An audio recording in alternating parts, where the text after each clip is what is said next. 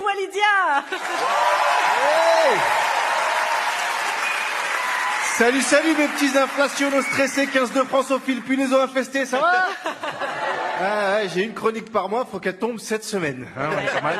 Avant de commencer, pensée sincère pour Dominique Bernat et ses proches et tous les profs qui nous écoutent pendant leur nouvelle formation au jiu-jitsu brésilien. Hein, et pendant que Marlène Schiappa remplit des dossiers de subvention pour se rappeler le bon vieux temps. Les profs, vous êtes les héros de la nation. Hein, bon, pendant 3 jours. Parce qu'après, ils vont supprimer 2500 postes parce qu'apparemment, on a trop de héros. Donc, on peut pas. Compliqué d'écrire cette chronique avec l'actu du moment. Hein. Déjà, s'exprimer sur Israël-Palestine, en règle générale, c'est tenter un moonwalk bourré au milieu d'un champ de mine. Mais là, avec la contrainte en plus de faire des blagues, c'est moonwalk bourré, champ de mine, mais de nuit. Voilà.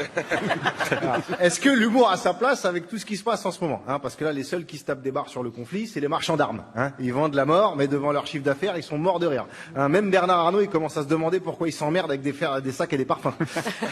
Donc, je vais commencer par répondre à la question que tout le monde se pose sur la situation israélo-palestinienne. Quelles sont les positions de Omar Sy et de Mbappé? Allez, Ruquier et Hanouna, ils veulent savoir. Hein. Ils veulent savoir ce qu'en pensent les Noirs, les personnalités préférées des Français.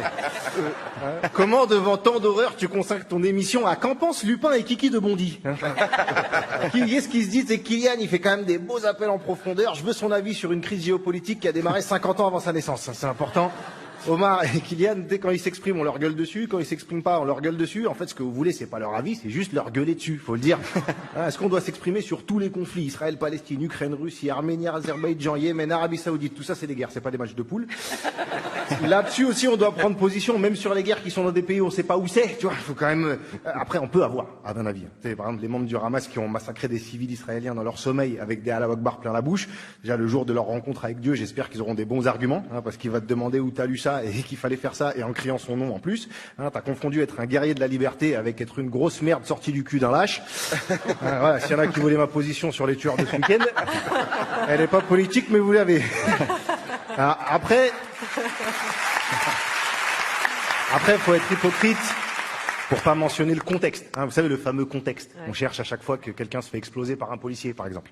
Hein, oui, certes, il a pris un coup de flashball à bout portant après une balayette, mais on n'a pas le contexte. Bah là, déjà, quand et où il démarre le contexte? Parce que ce jeu-là, on peut remonter jusqu'aux Cananéens, c'est loin, hein, et on va pas faire la liste de tous ceux qui se sont disputés cette terre juste parce qu'ils n'étaient pas d'accord sur qui a créé l'univers. En revanche, ça n'a pas commencé la semaine dernière non plus. C'est le gouvernement israélien avec en tête Netanyahou, empêtré dans tellement d'affaires de corruption que Sarkozy se sent moins seul. Qui, après avoir promis la sécurité aux Israéliens tout en accentuant la violence coloniale envers les Palestiniens et en encourageant le financement du Hamas, nous fait l'étonner quand ça lui pète à la gueule. Ils ont tué des civils, c'est ignoble, c'est de la barbarie, quel humain peut faire ça? Absolument, du coup, qu'est-ce que vous allez faire? Bah, on va tuer des civils aussi. Mais nous, c'est une réponse, d'accord? Quand est-ce que t'estimes que t'auras répondu? Il y a un score, il y a un barème, tu te dis, dans le doute, je les tue tous. Il y a plus de 700 enfants morts, à 2000, on tape dans la main, on se dit qu'il y a match nul, accompagné d'une musique qui nous chante que les civils de Gaza seraient complices du Hamas, mais c'est lesquels les complices? Hein, c'est ceux qui sont écrasés sous les bâtiments, ceux que le Hamas retient pour en faire des boucliers humains, ceux qui sont brûlés au phosphore ou ceux qui peuvent pas sortir de Gaza puisqu'autour il y a des putains de barrières. Si je dois choisir un camp, ce sera toujours celui des civils, quel qu'il soit. Moi je pense qu'une vie innocente vaut une vie innocente, je fais pas de différence, j'ai pas l'érudition de Raphaël Enthoven.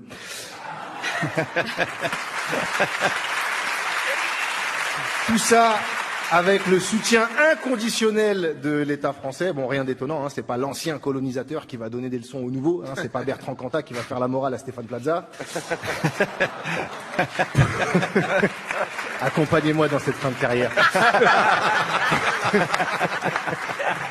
Pour vous dire à quel niveau politique on se situe, aujourd'hui on a l'extrême droite qui essaie de nous faire croire qu'elle se soucie des juifs de France. Hein, ça c'est compter sur un cobra pour vous faire du bouche à bouche, faut pas le faire.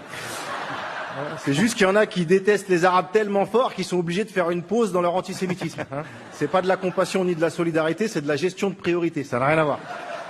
Là où ils sont tous d'accord, c'est pour détester LFI. Hein. Même Enrico Macias, s'il veut faire un octogone avec Mélenchon, on les a perdus. Sur la question terrorisme ou crime de guerre. Bah, appelez ça terrorisme de guerre et faites pas chier. Hein.